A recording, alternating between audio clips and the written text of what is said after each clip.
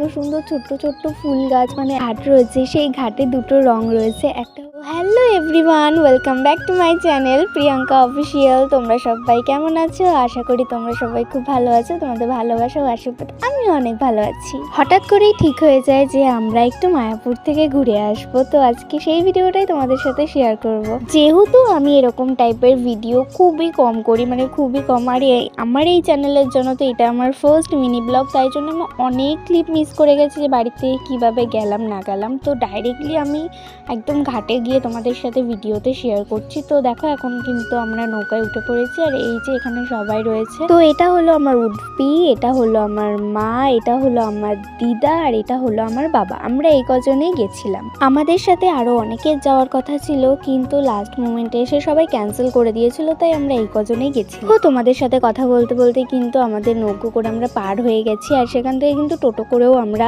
মায়াপুর মন্দিরে যেতে পারতাম, কিন্তু আমরা টোটো ধরিনি। তার কারণ হাঁটতে হাঁটতে গিয়ে সবকিছু দেখতে দেখতে যাওয়াটার মজাটাই আলাদা। তো দেখো আমরা কিন্তু এখন মন্দিরের সামনে চলে এসেছি, তারপরে মন্দিরের ভেতরে গিয়ে তোমাদের সাথে আরো অনেক কিছু শেয়ার করছি। তোমরা কে কে মায়াপুরে এসেছো অবশ্যই কমেন্ট করে বলো, আর তোমাদের কেমন লেগেছে সেটাও বলো।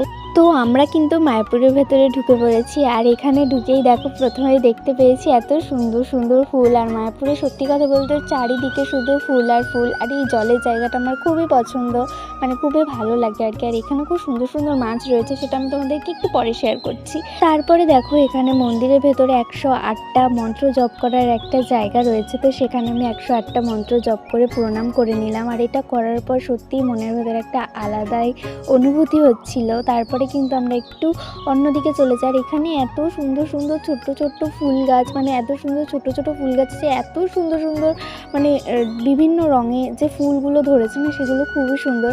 আর এই ফুলগুলো তো আমি এবার গিয়ে প্রথম দেখলাম, আর এই ফুলগুলো সত্যি পার্সোনালি আমি নাম জানি না, খুবই সুন্দর। তোমরা যদি কেউ নাম জেনে থাকো অবশ্যই কমেন্ট করে বলো। তোমরা হয়তো অনেকেই জানো যে নবদ্বীপ ধামে যে ঘাট রয়েছে সেই ঘাটে দুটো রং রয়েছে, একটা হলো সাদা আর একটা হলো নীল। একটা জল নীল হওয়ার কারণ কৃষ্ণ যখন নবদ্বীপ ধামে এসেছিলেন তখন তিনি সেই জলে পা ধুয়েছিলেন বলে সেই জলের রং নীল। এটা কিন্তু আমি প্রপারলি জানি না, যদি তোমরা কেউ প্রপারলি জেনে থাকো অবশ্যই আমাকে কমেন্ট করে বলো। এখানে দেখো মায়াপুরের নতুন মন্দিরটা কিন্তু তৈরি হচ্ছিল, আর মন্দিরে অনেক কাজই এখনো পর্যন্ত কমপ্লিট হয়ে গেছে, আর কিছু কিছু কাজ বাকি আছে, তো আশা করি খুব তাড়াতাড়ি কমপ্লিট হয়ে যাবে। আর এখানে দেখো মাছগুলো খুব সুন্দরভাবে এক জায়গায় রয়েছে। সত্যি কথা বলতে মায়াপুরে যাওয়ার পর কিন্তু সত্যি মনে একটা আলাদাই শান্তি আমরা সবাই অনুভব করেছি। যেহেতু অনেকদিন পর মিনি ব্লগ বানালাম, তাই অনেক ক্লিপস নিতে ভুলে গেছি, তাও তোমরা অবশ্যই কমেন্ট করে বলো যে ভিডিওটা তোমাদের কেমন লেগেছে। আমার চ্যানেলে যদি নতুন হয়ে থাকো অবশ্যই সাবস্ক্রাইব করে